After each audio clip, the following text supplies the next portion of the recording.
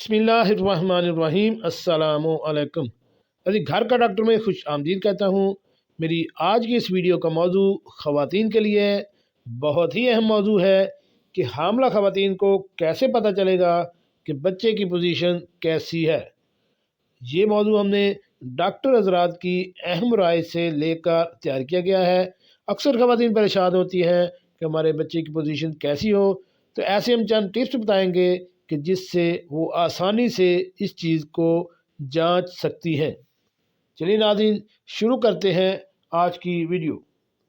नाज़रीन, ख़वातीन के लिए दौरान हमल हर लम्हा बहुत ज़्यादा ख़ास और बहुत ज़्यादा मानी रखता है, क्योंकि इस दौरान इन पर अपने साथ साथ आने वाले बच्चे की जिम्मेदारी भी होती है कि कैसे इस नन्ही जान को भी महफूज रखा जा सके, अपनी सेहत की हिफाजत भी की जा सके।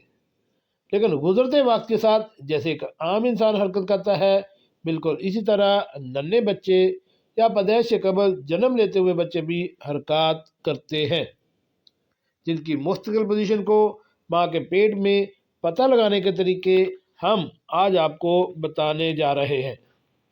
जानिए, ताकि आप भी खुद अपने बच्चे की नशोनुमा का अंदाज़ा लगा सके।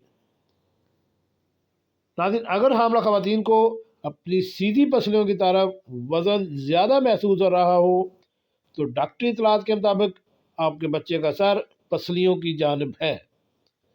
सीने के नीचे बिल्कुल दरमियान में पेट की जानिब वज़न लग रहा हो, तो बच्चे का सर बिल्कुल दरमियान में है और उसकी पोजीशन बिल्कुल दुरुस्त है।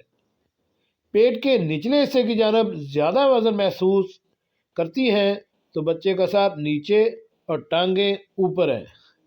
और अगर बच्चा 9 माह इसी पोजीशन में रहा तो वो उल्टा पैदा होगा, जिसकी वजह से माओ का ऑपरेशन करना ज़रूरी होता है।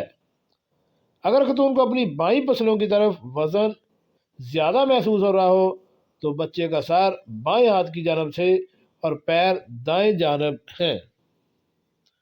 जी नाज़रीन, कैसा लगे आज के हमारे ये मालूमाती टिप्स। ऐसी मालूमाती वीडियो हासिल करने के लिए मेरे इस चैनल घर का डॉक्टर को